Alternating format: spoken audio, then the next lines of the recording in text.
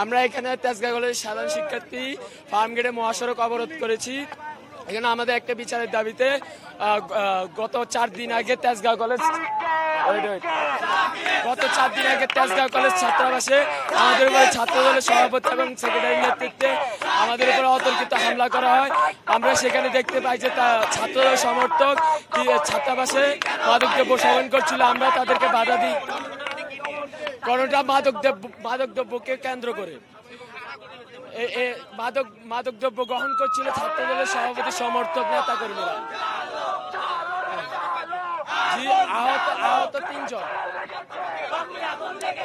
হ্যাঁ, সূত্রপাত হয়েছে, তারা মাদকদ্রব্য সেবন করছিল। আমরা সাধারণ শিক্ষার্থীরা বাধা দেওয়ার পরে আমাদের উপর অতর্কিত হামলা চালানো হয়। এর মধ্যে 2 জনকে ঢাকা মেডিকেলে ভর্তি করা হয় আহত অবস্থা।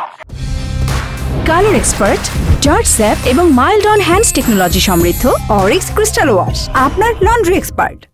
তাদের একজন 3 জন আইসিইউতে মৃত্যুর সাথে পাঞ্জা লড়ে গতকাল সেই শেষ চিকিৎসা ত্যাগ করে।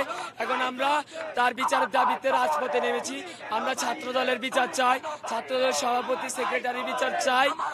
তারা এর বিচার করতে হবে। প্রশাসন কোনো পদক্ষেপ কেন নেয়নি, তার সেই পদক্ষেপ নিতে হবে। এবং সাকিবের ফ্যামিলি সকলে বিচার চাচ্ছে। আমরা ছাত্রদল সভাপতি সেক্রেটারি তাদের ফাঁসি চাই। আমরা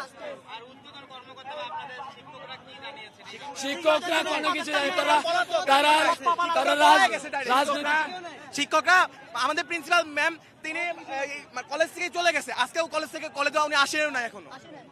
উনি কালকে চলে গেছে। আমাদের শুধু একটাই দাবি, যেটা দাবি হচ্ছে আমাদের বড় ভাই তাকে মারা হয়েছে। আমরা যে আজকে মরবো না বা কালকে মরবো না এর কোনো নিশ্চয়তা আছে? আমরা চাই ন্যায্য বিচার, আইনের আওতায় যাদের আমাদের ফাঁসি চাই।